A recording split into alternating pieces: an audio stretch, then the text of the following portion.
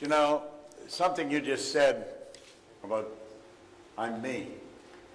I was toying with the idea, how would I just bring this in for a landing? And a couple of ideas run across my mind.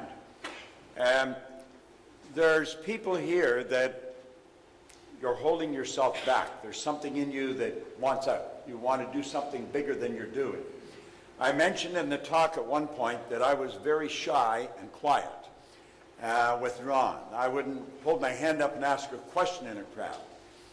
But I had studied this material for a long time. I had made it work. I had earned a 7-figure income. I knew what worked and what didn't. And I had a tremendous desire to share it, but I was shy.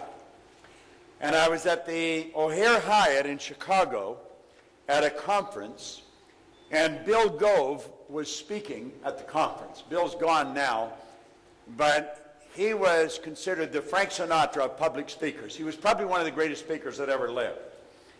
And he was standing. There was 1,000 people in the audience. There'd be 500 in this bank, 500 in this bank. He was standing at the corner chair, and he had his hand up, and he was talking to the audience. Now, I'll come back to that in a minute. I had listened to Earl Nightingale's material for years. On his attitude tape from the Lead the Field series, there's one line where he said, now right here we come to a rather strange fact. We tend to minimize the things we can do, the goals we can reach, and for some equally strange reason, we think other people can do things that we cannot. He said, I want you to understand that that's not true, that you have deep reservoirs of talent and ability within you. And if you asked me if I understood that, I said, of course I understand it.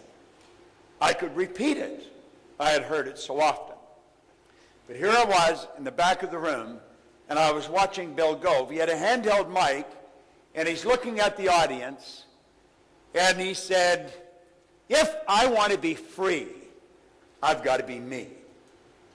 Not the me I think you think I should be. Not the me I think my wife thinks I should be.